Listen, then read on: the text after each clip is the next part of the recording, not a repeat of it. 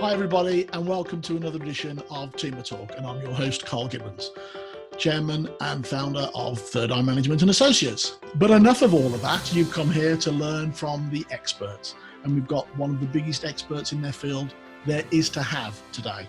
Joining us as our special guest today is Carrie Kerskie. Carrie is the president of the Kerskie Group and Griffon Force. Both organisations specialise in identity theft, victim restoration and investigation services, as well as helping small and mid-market businesses reduce the risk of becoming the next data breach statistic. Kerry is an internationally recognised expert in her field, and she's a speaker. And if all of that was not enough, she's the author of 2 best-selling books, Your Private/Public Identity, and her latest bestseller is Protect Your Identity. Kerry, welcome to the show. Thank you for having me. You're welcome. So let's get right into it. We're on Zoom right now. We've all seen the headlines. What's the problem? What's the challenge? So just like with any technology that you're using, the technology might not be bad. It's just we're not using it properly. So some of the things that have been brought to light is that if you use the single sign-on with Facebook, on the back end, Facebook was siphoning some of your information. Supposedly Zoom has now fixed that. And then people are posting, because everybody's at home and they're now chatting with their friends and family, and they're taking screenshots and putting it on social media. Well, their meeting ID numbers being revealed and they don't require a password. So we're getting Zoom bombing, and there's all different types of things that have come to light because Zoom has become so popular. I have to applaud them. They are starting to take the right steps, and they're trying to patch the security vulnerabilities as fast as they can. But there are some steps that you can take to protect yourself as well. All right, slow down just a little bit. Zoom bombing. That's the latest hip, trendy phrase to be using. What's Zoom bombing? Zoom bombing, just like photo bombing, where you're in your Zoom meeting and all of a sudden, what the Zoom bombing or Zoom bombers have been doing is they'll put a photograph up because they'll take over the screen sharing, or they'll start playing a porno, or they'll make some random comments, or so basically they're joining a meeting that they were not invited to, and they're interrupting the meeting. Okay, all right. So you say that Zoom are doing the right thing and they're doing it quickly. So do we know what it is that they're doing? Yeah, so like I mentioned with Facebook, one of the things they did is they cut off Facebook access. So if you did single sign-on, meaning if you logged into your Zoom account with your Facebook login, Facebook was siphoning some data out of your Zoom meetings and off of your iPhone if you were using an iPhone. Well, which of course Mr. Zuckerberg would totally deny doing. Oh, absolutely, absolutely. But it's not just Zoom. That's why I tell people don't ever do single sign-on, because if you're signing on with Facebook or you're signing on with Google, how do you know those companies are not taking information off the back end? Do a complete unique sign-on and don't link those accounts together.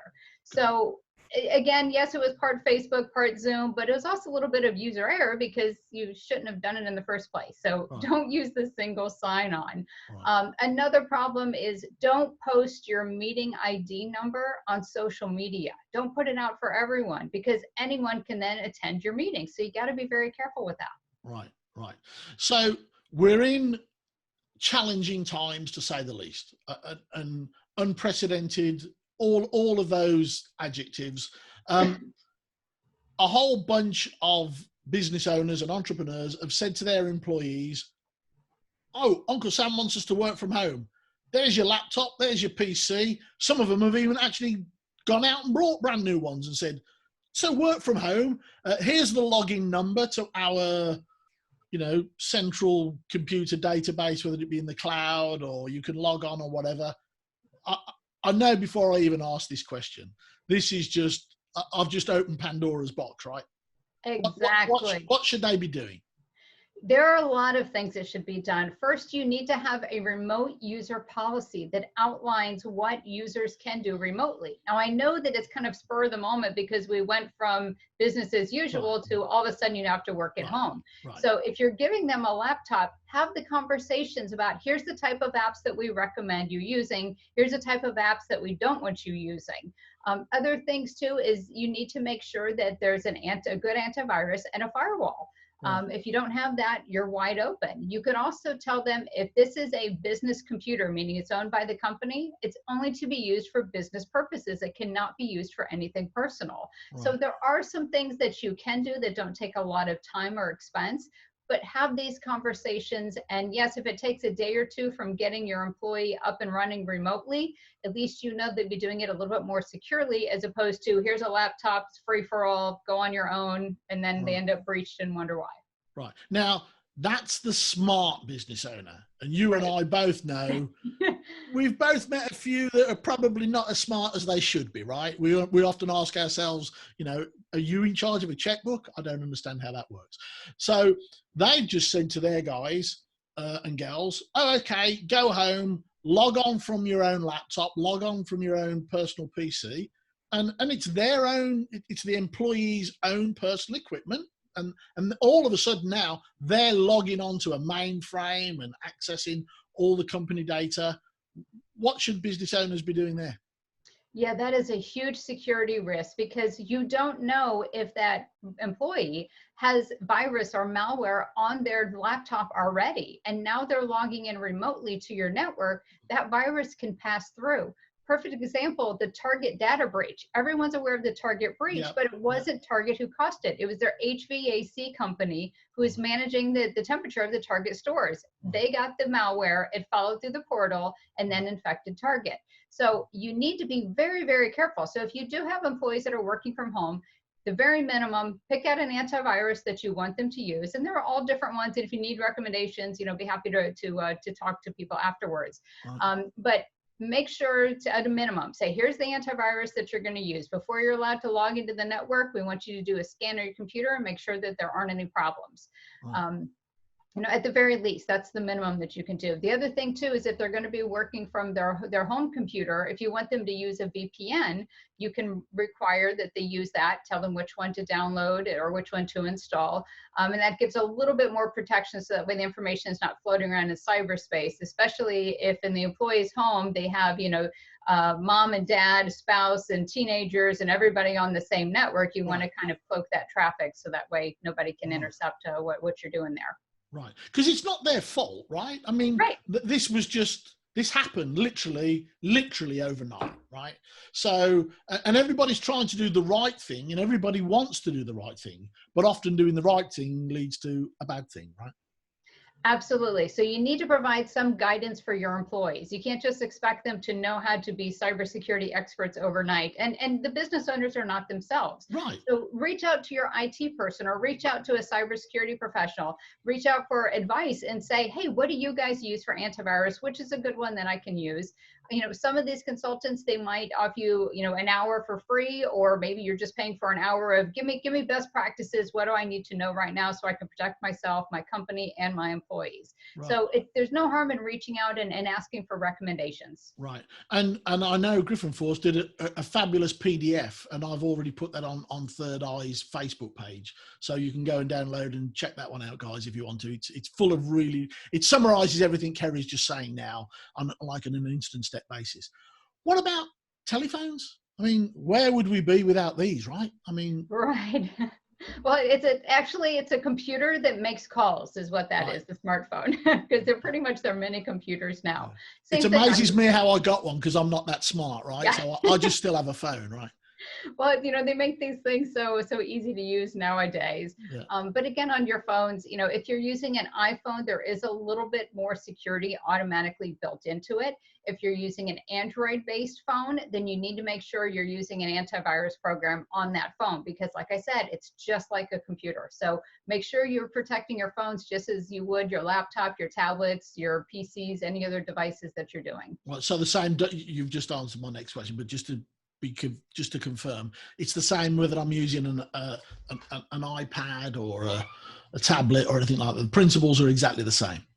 Exactly. Like I said, for any of the Apple systems, you really don't need to have the antivirus, because in the way that they are created, they have a little extra layer of security in there. But if you're using Windows, Android, anything that's not an Apple product, you definitely want to have an antivirus program running on it. And you need to make sure that it's the paid antivirus and not the free version, because the free ones are not active, they're not live, meaning they're not constantly updating their database. So you need to make sure that you're paying for it. But antivirus programs now have become so inexpensive. You know, you can get a package to manage, you know, 5 or 10 different devices for less than $100. Right. So it's well worth spending the money, because it'll cost you a heck of a lot more than that to fix it. Right. So let's talk about that now. So now we're the other side of it, because we are going to come out the other side of this, folks. Right. And some of you are going to come out bigger, stronger, faster, and better.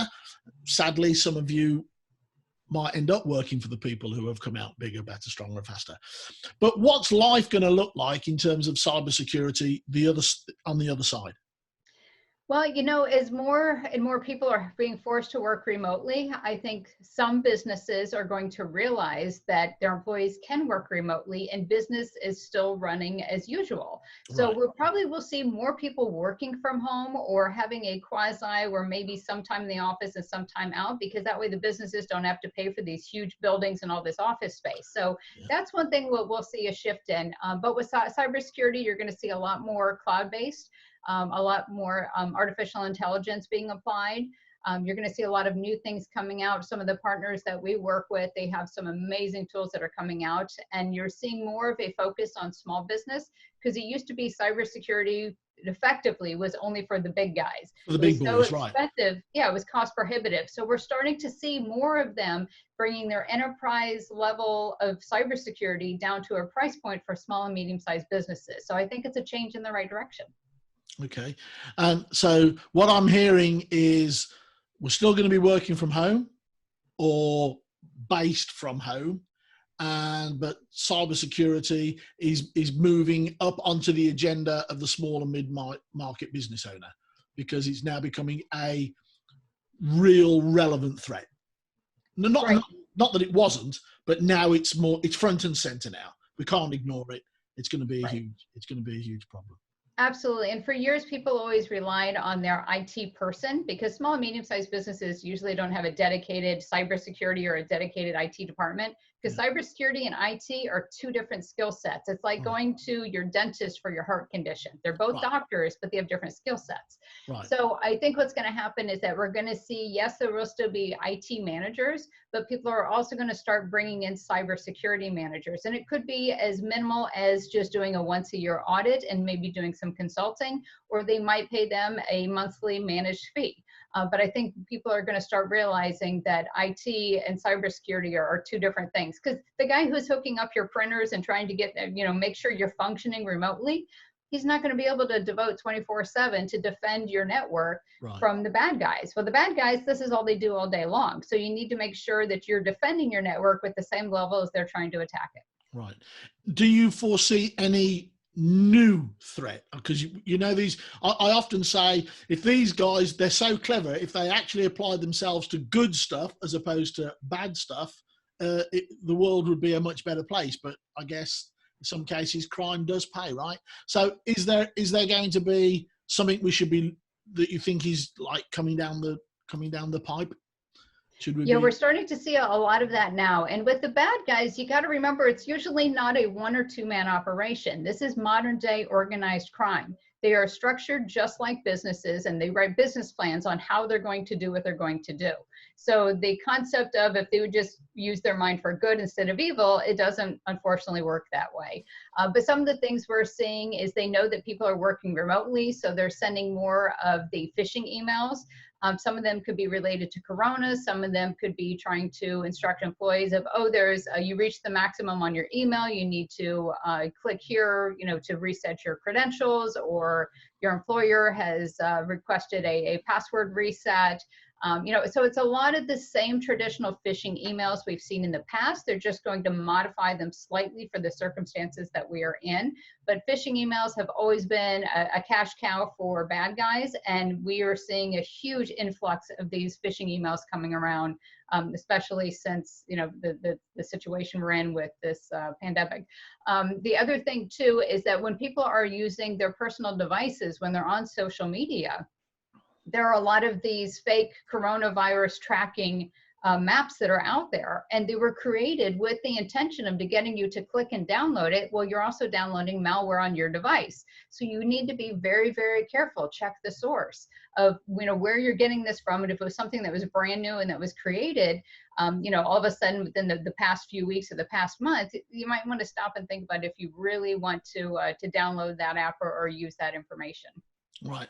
Which brings me on to two things. The first one is regarding the phishing emails. I'm already hearing from people that are telling me they're getting fake emails from bogus government authorities asking them questions about the payments that they might have applied for during the crisis, and asking them for bank details and things like that, and where should they send the check to, etc., etc.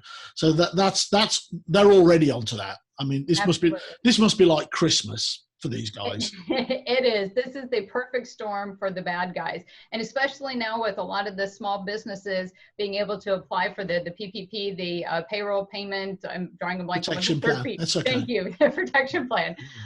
Yes, they know that there's a lot of misinformation is going out. So they figure most small businesses or independent contractors are probably applying or trying to apply. So they're going to send emails that look like it's from a bank, hoping that that's the bank that you do business with, trying to get you to click on a link or provide your bank information. So yes, you're going to have to be very, very careful and scrutinize every single email that comes through.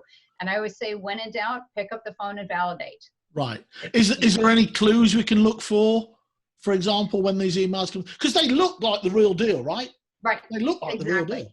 Yep, they will have logos, everything, the exact same format. And within the body of the email, they'll even have the legitimate phone number for the organization to make it part of their scam. Right. So what you need to look for is the email that it came from. Now, this is not always effective because the bad guys are manipulating it a little bit higher up, so it doesn't reveal it.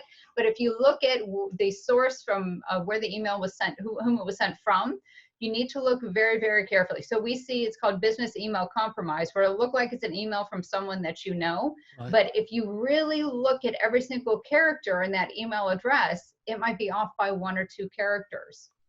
Right. Or it might have an extra character in there. So for yours, instead of Carl with 1 L, it might have Carl with 2 L's. So little things like that, you need to be very careful. But again, I always tell everybody, pick up the phone and call. Or send an email to someone at the organization that you know, right, and just say, hey, I just got this. Is this legitimate? I've always had a rule of thumb. If in doubt, delete it. And if it was that important, they'll come after you. They'll follow up, right? Absolutely. Carrie, did you get my email? Carrie, did you get my email, right? Oh, I got a funny one. I deleted it. I wasn't sure. If in doubt, hit the delete button. Absolutely. Right. That's a great way to look at it. Right. My next one is a little bit, if you like, both business and personal related. I'm seeing loads of posts now on Facebook that sort of like, read this, if you like it, share it with 20 people you know.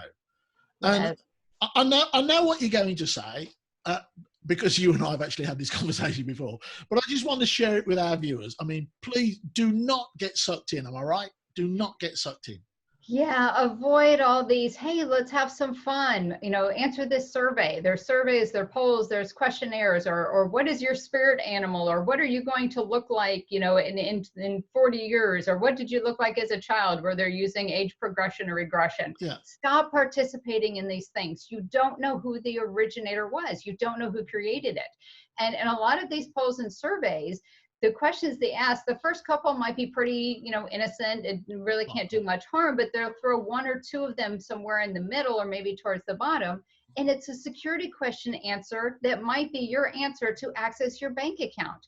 Or they know, the bad guys, that, we're all the same. We're all human. And we always go for the path of least resistance. So most of us, a password is something that's directly tied to us.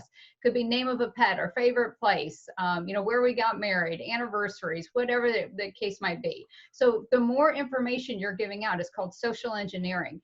So when you're filling out these polls, these quiz, these surveys, all you're doing is you're giving bad guys more information to put in their database about you so that they could try to figure out your security question answers, your PIN numbers, and your passwords. Right. Or find ways that they can send you emails about things that you are interested in or things that you like to get you to take action and click on those. So just stop participating in these altogether.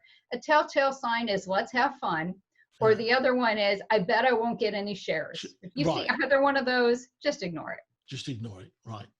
Great advice. And I know how tempting it is sometimes, because I get one from a friend, and it's like, and I know it's a bit of, they intend it to be a little bit of fun. I don't get sucked in, and guys, don't you get sucked in. Absolutely. Now, just a few minutes ago, you referred to, they're going to ask you a load of questions, and you're not going to get sucked in. Well, I'm going to ask you some questions now. Okay. Totally, oh boy, here we go. From my 35 hit list, from my third eye hit list, going to be totally random. It's a bit of fun. We've been very serious with all the cybersecurity up to now, and I think let's just spend the next few minutes getting to know Carrie Kerskie a little bit better. So, number one, what's the best piece of business advice you've ever been given? Oh, best piece of business advice I've ever been giving. Be nice to those on the way up, because you might meet them on the way back down. Amen. What's the biggest mistake that you've taken in your personal business that you thought, if never, ever again, never? Yes, a little too trusting. Being with my background, being a private investigator, and being in the space that I am, everyone thinks that I would be completely paranoid. But I'm a social worker at heart. And there have been times where, even though I knew I should have known better, I still let my heart do the thinking as opposed to my brain, and it came back and bit me in the butt. So I got to follow my own advice sometimes. Right. Physician, heal thyself, right? Exactly. So, what do you think, if I was thinking of asking you for some advice now, I'm going to start a new business right now, or as soon as we come out the other side of this, because by the way, everybody, this is a great time to start a business. Where would you suggest I spend most of my time? Definitely online. Obviously, look at it now where we are with this pandemic. Everyone's having to work from home. Everyone's working remotely. So any type of business that you have online, delivery businesses, because I know people are trying to get deliveries from restaurants, from grocery stores, from whatever, and they're in a queue. They're having to wait days or weeks before they can even get the delivery person to, through the typical, like the Uber Eats or any of the other ones. So delivery, that would be good. Those are just some of the spaces that I'm seeing where there's a lot of activity on. Education, online education, that's a huge one, because as people are sitting home, if some people are working and they want to take a break, or if they're not working, or even for children, online education is another one that's just exploding out there right now. Right. How does Carrie work through the feelings of self-doubt, or that imposter syndrome? The guy that sits on your shoulder. Yes. Because we all have those moments, right? We do, and I have quite a few of those. That's why, with the first book, people ask how long did it take to write, and I say 3 years. Well, actually, it only took me 2 months, but it took me the rest of the time to get past all the self-doubt of, who are you? Nobody's going to read it. You weren't a great language arts student. So it is a little difficult. So what I always try to do is, what is the mission? What is the goal? Why do I want to do this? So for the first book, my goal is if it helps one person, then it's well worth it. I didn't go in it with the expectations it's going to be a New York Times bestseller. I was going to make a fortune, go on book tours. My goal was, if it helps one person, it's worth putting the time and energy into it. So that's a way that I try to overcome some of those little voices, is who am I doing this for, and how will it help them? Right. So what book had the biggest impact on your success? Oh, there are quite a few of them. Right next to me here is my bookcase, and they're just filled with all different types of business books, including on my Kindle. I have tons of them as well. Right. Some of the recent ones that I've been reading, like Pat Flynn with, oh my gosh, my mind just went blank. Building Your Tribe, or no, I'm drawing a blank on the title of it. I can see it. It's okay. But anyways, it talks about our super fan. That's what it's called. Got it. Yeah. So there are a lot of great ones. I can't remember all of them. Right. Okay. Which word or phrase do you most overuse? Words or phrases do you most overuse? Oh my goodness. I'm sure my family could tell you that answer real quick. For me, what is a word or phrase that I overuse? I use the word so a lot, transition word, because I'm doing a lot of recording for videos for our online academy, and I catch myself saying that a lot. I don't know. You caught me off guard with that one. That's good. What other talent would you most like to have? Talent I would most like to have, to be someone who doesn't care what other people think. to have that freedom to be able to just put it out there and don't worry about what people are going to think of it or what they're going to say of it. That is something that I wish I could do more of, and I am trying to do more of. Another talent, I wish I could sing. I try, but believe me, you do not want to hear it. I think there are some times where the alley cats go running because it's not very pretty, but I try. What's your little pet extravagance? What do you mean pet extravagance? You know, some people it's a cream donut, some other people it's perfume, some people it's, with me, you can't have enough pairs of glasses. I mean, I can't walk past a glasses shop without stopping and looking. Yeah, my extravagance is being up in the mountains, sitting in a hot tub, drinking a glass of wine. Okay, all right. Favorite cocktail? Oh, favorite cocktail. Not a big drinker, but All usually right. when I do, it's anything vodka based. Okay, that works for me. Favorite business word, least favorite business word? Oh, least favorite business word, culture. I am so tired of people talking about we have to develop this culture. You don't develop a culture, it kind of goes on its own. So that's one that tends to annoy me. One that I'm hearing a lot of, and one that we're starting to see more of is digital hygiene, where people learning how to develop habits to better protect themselves online. So that's one that I've been using a lot. Right. Okay. What do you value most in a friend or a business colleague? What trait do you value most in a friend or a business colleague? Honesty. Honesty. Okay. And it could even be brutal honesty. If you're talking to someone and you're asking for their advice, I want them to tell me the truth. I don't want them to sugarcoat it just because they think they're going to hurt my feelings. So there are very few of those people in my life, and I can count them on one hand, where I know that I can talk to and I can trust them. I know they're not going to go saying things to other people. And if I ask for their opinion, I get their honest, true blue opinion. All right. Last one. Are we ready? I don't know. Yeah, you are. You were born ready. Bring it on. If this program could connect you with any one person, I don't care, movie star, president, prime minister, king, queen, it doesn't matter. If you hope that they're watching this and it could connect you to them, who would it be? Ooh, good one.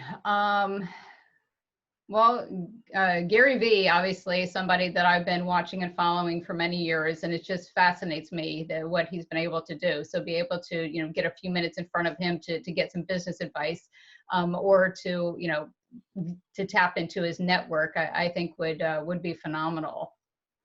Great answer. Gary, caller. Please. Right now. Gary, right let's talk. Now. Let's talk, Gary. Okay. So if Gary or anybody else wants to get in touch with you, Carrie, how do they do that? Where can we find you? Sure. So you can visit us at griffinforce.com.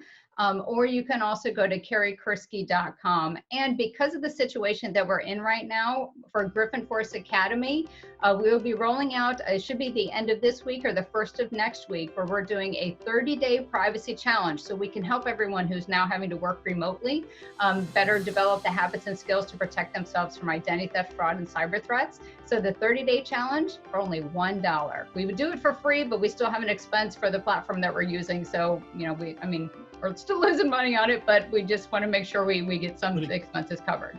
So if anybody's interested, they can visit Griffin Force Academy.